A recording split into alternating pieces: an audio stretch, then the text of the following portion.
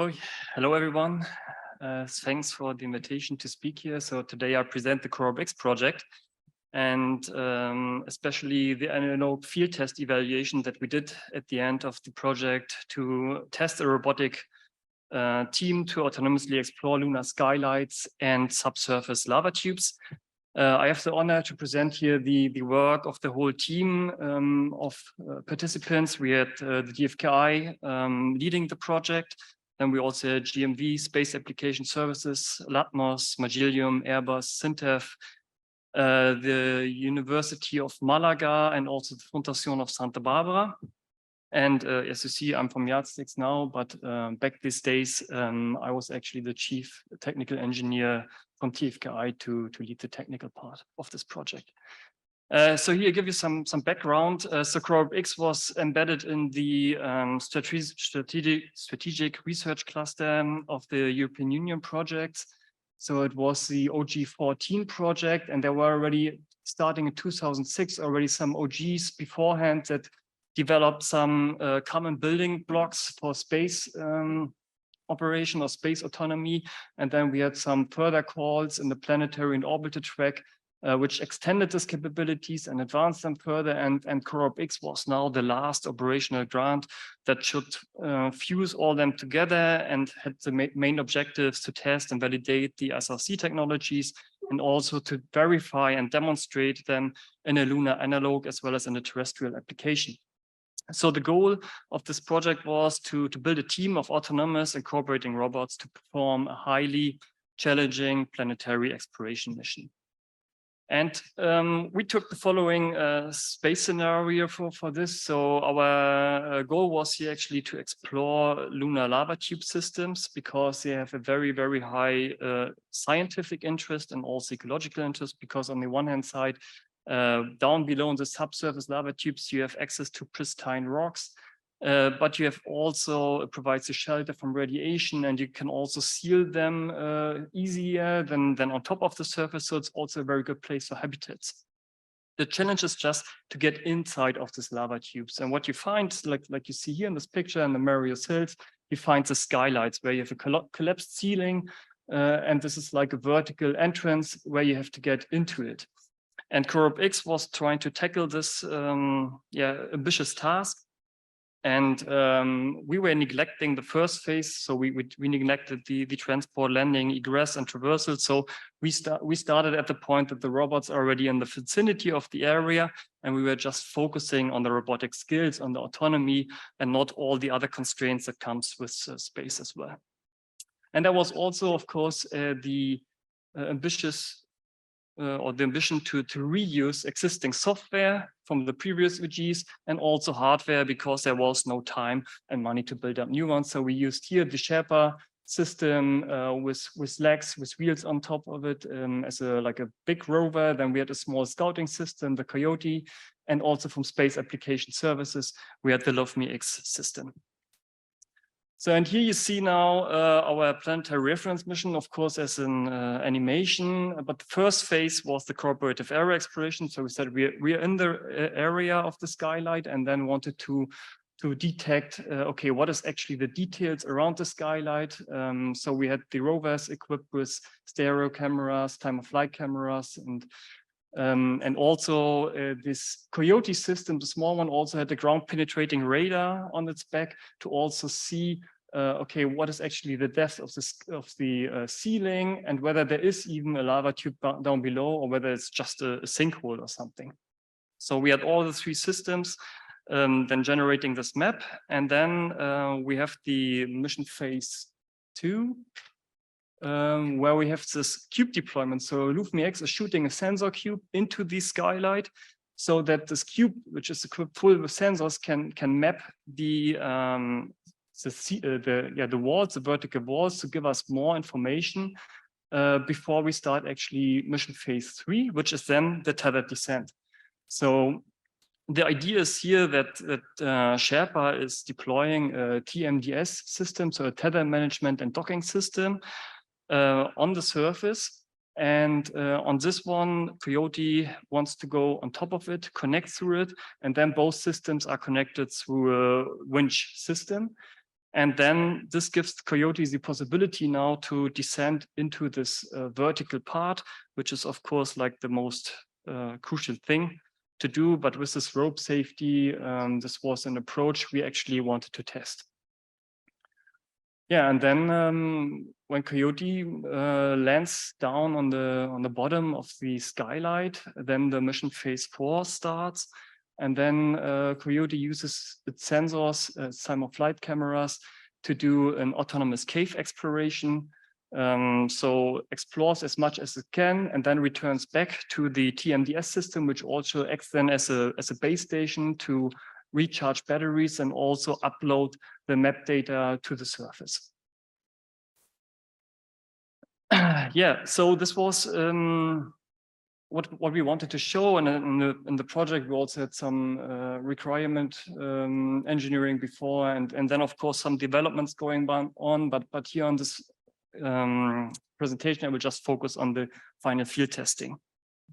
So first, throughout the project, we had to find the best site actually to do all this kind of mission phases, and actually there aren't so many. There are a lot of restrictions, you don't get any permissions and so on, but we were lucky to find the site here on Lanzarote, on the Corona lava tube system. And this is the one that we choose. We actually first saw this big skylight over here, which was pretty cool, but then we found out, okay, we cannot use it because we are not allowed to go on this terrain. But there was fortunately a second one over here, which is much, much smaller. And as you see, there was a lot of vegetation around it. So before we actually went there, we needed first to get the permissions, then remove the vegetation. Then there was also a wall going this way here. We had to remove this one because this was also directly at the skylight. We had to build up fences to keep the tourists off. We had to get a night guard. And we had to also organize all the toilets, the tents, and so on and so on. So there was huge of work, and building up the tents, and so also took us the first 2 days, and the whole infrastructure. So we had to provide a power network. Therefore, we used fuel generators in combination with solar panels, which kept us the power for the daylight in these times. And which was also very beneficial here is to use really an independent power supply with a large battery, because this gives us in the time to refuel the generators in between and so on. So it was very, very, very nice. But we also put this this infrastructure in different tents. So we had like one working tent here for the operators. We had one tent just for the hardware equipment and to do repair work. We had a community tent for food. Here, this were the containers we had for shipment, and then we had some parking lots for all the cars, and some toilets here. And as you see, we also wanted to have some operator places directly at the area, so we also digged some power lines in there. For communication, we also had to set up the local area network. We used Wi-Fi for a debug network, and then additionally used a mesh network for the actual inter-robot communication and the communication to the base station to separate a bit the bandwidth. And which was also very crucial is that we had to provide 2 internet connections, one for the team working and one for the team for all the guys that had to do some home office duties. This changed a bit in the last years, but now everyone who's there, even far away on an island, is still connected and needs to attend some meetings and so on. So therefore, it's good to have a second one. So this is how our test plan looked like. You don't have to go in details, but I just want to show it was quite packed. We had 21 days of operation. We wanted to go through all the mission phases, starting with the ones which were most crucial. So starting with mission phase 3, but we tried to parallelize as much as possible so that all the robots are continuously working and operating and testing. We had some daily morning briefing, evening wrap-ups, which were pretty good so that everyone is informed what to do next. And throughout the entire period, we also had to prepare the final demonstration event, also to prepare a publication event, and also do continuous blogging. So there were quite some tasks to do beside the technical work. So now I will show you some results from it. So this was from mission phase 1, where we had now this cooperative rover exploration. So this worked out pretty good. We just had to send from the mission control the area to explore, and then Sherpa and X were constantly exploring their own region. They generated waypoints, found their way, went over around the obstacles, didn't fall into the skylight. So this worked out pretty well. And at the end, we also did some cooperative mapping where we merged the maps from both systems together. Coyote itself first was not so much involved in the cooperative area exploration due to two reasons. The first one was we figured out that the time-of-flight cameras didn't work out pretty well in the sunlight, and the data was quite noisy. And the other thing is that it was used to take the GPR measurements, and this was also a bit different than we expected before. So it's always good to talk to the scientists early on because yeah, they said, okay, we just have to go in a straight line, stop every 10 centimeters, do a recording for several minutes. So the system was not going far.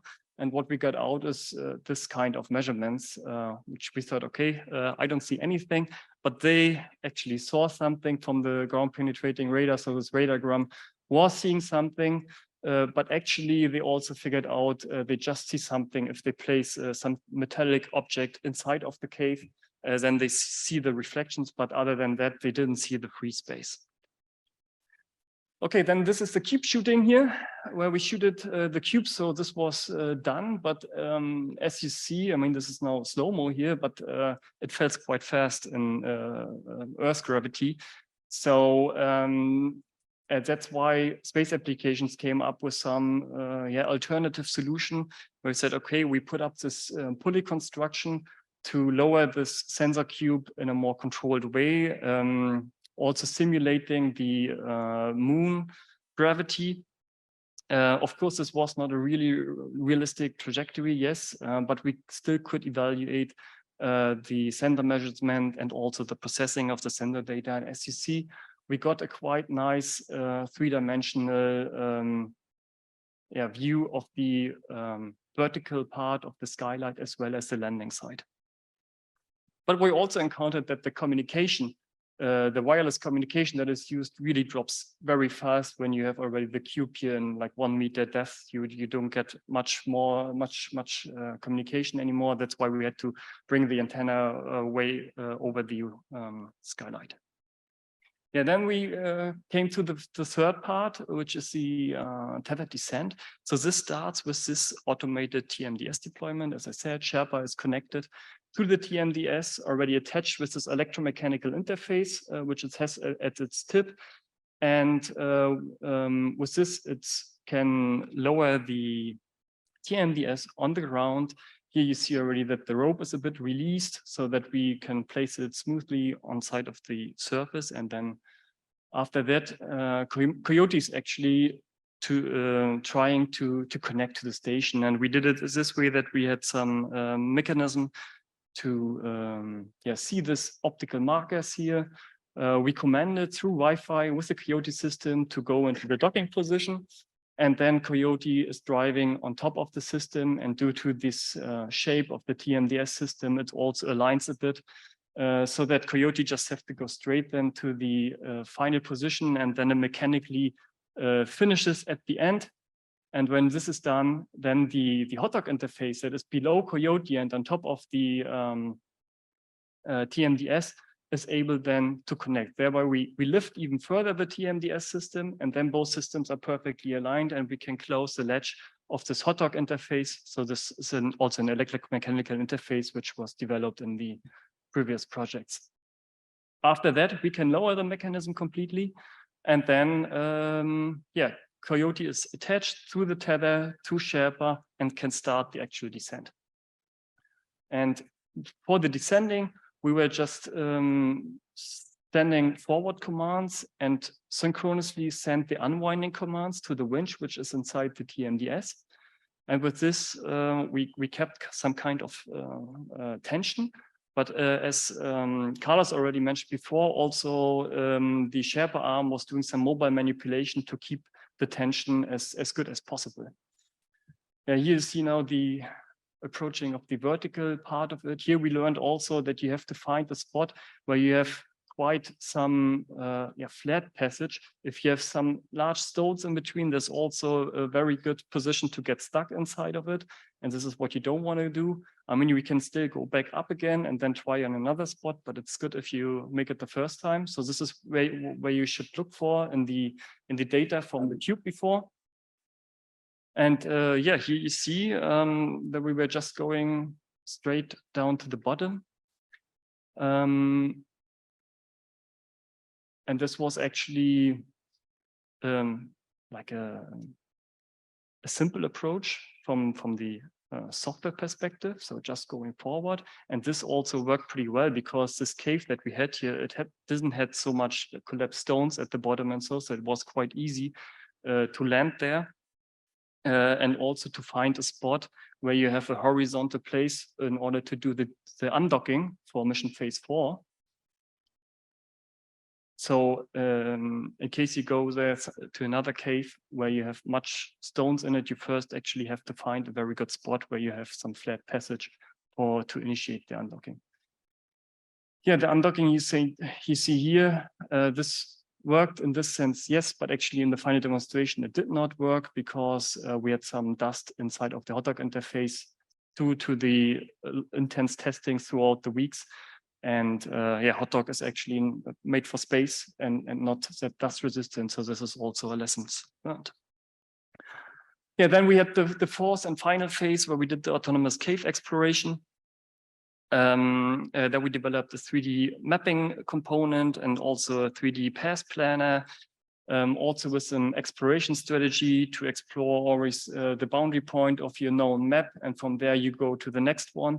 And there we also had the strategy to have consecutive runs of this exploration because the battery is limited and you always have to get back to transfer the maps to the toppler again. So we wanted to go back to the docking station again and then send the data and then go for a next run until sometime the time is over. But we could then also increase the autonomy model from the safety perspective. So we wanted to lower the safety, go further and get whatever you get. But at the beginning, be very safely. But here we had some problems also with the time of flight cameras. So we had a lot of artifacts in the readings, which gave us some trouble. So we at the end ended up here to do some more manual operation actually of the robot to just test also how the wheels behave and so on. And there we also found out that the wheels and so on are quite well.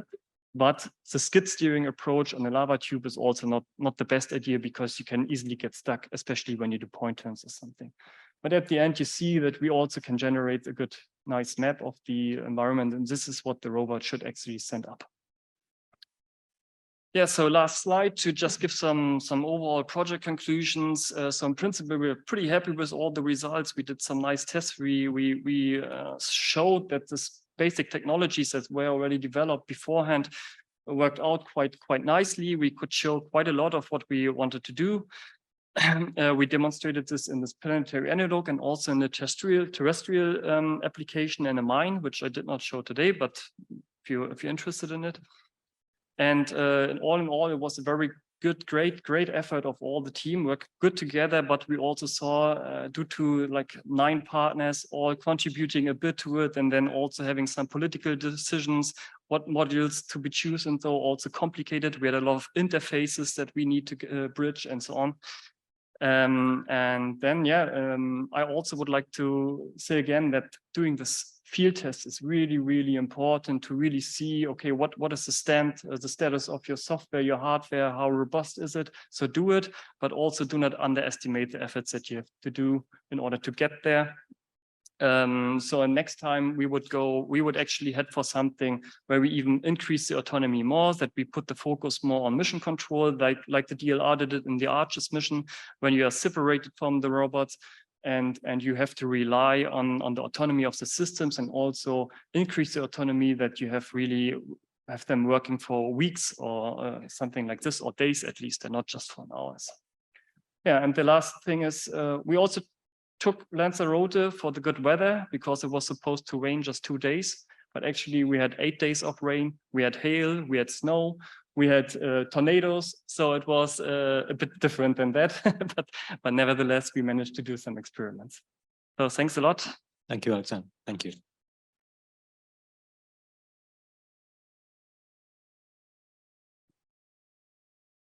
Hey, any questions?